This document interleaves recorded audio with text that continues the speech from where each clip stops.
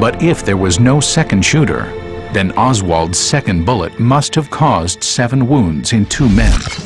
Skeptics call it the magic bullet.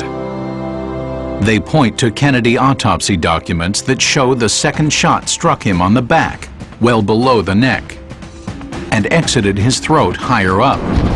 This implies the bullet traveled upward before angling downward to hit Connolly.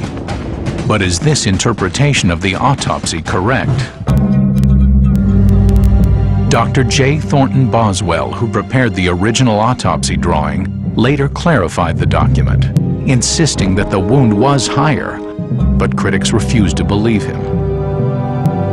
But there's another way to locate the wounds on the president, from his blood-stained shirt.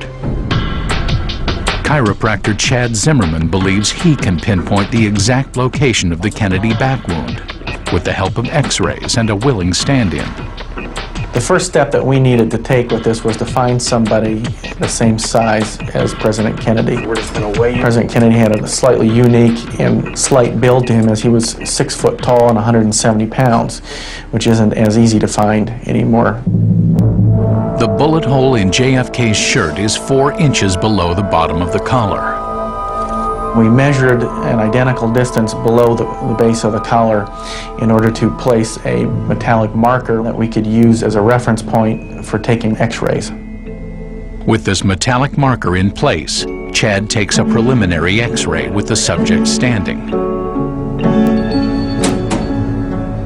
Many of the critics of the Warren Commission feel that based on testimony and an autopsy photograph, that the entry point was at the level of the 3rd thoracic vertebra and in an upward direction in order to exit out of the lower portion of President Kennedy's neck.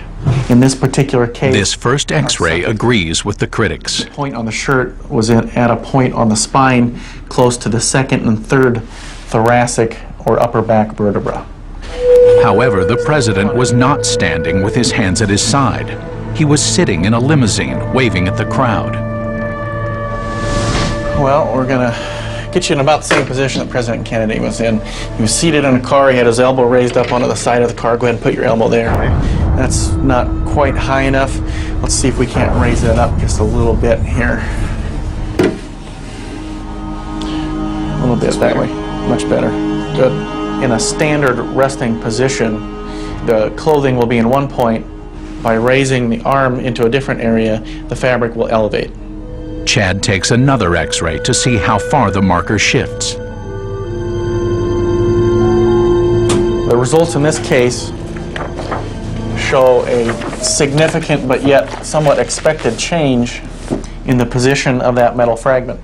Wearing the same shirt with the metal fragment in the same place, we see a difference in the height of the metallic fragment from the thoracic area into the very lower cervical or neck portion of the spine. This is the same point that the House Select Committee on Assassinations placed the entrance wound. This simple experiment clears up the confusion over the position of the entry wound. But now there's one more test. Will a line between the exit wound in the throat and the entry wound in the neck trace back to the position of Oswald's gun? By looking at the photograph, we're able to pinpoint the location where the bullet exited his throat. Adding metal markers to the shirt and jacket, Chad adjusts his model for one final x-ray. Okay, we've got 3 pieces of metal on this film that we want to look for. The first 2 involve the clothing. This first mark here is the piece of metal on the suit jacket. The second piece of metal here is on the shirt. And the third piece of metal is the point of exit that we determined and placed a small piece of metal there. Now, if we were to draw a line on those 3 points, we would get a line very consistent with the trajectory published by the Warren Commission report and in a very similar portion of the neck. The angle of the trajectory is clearly downward. It fits with a shot that came from the 6th floor of the book depository and heads on toward Governor Connolly.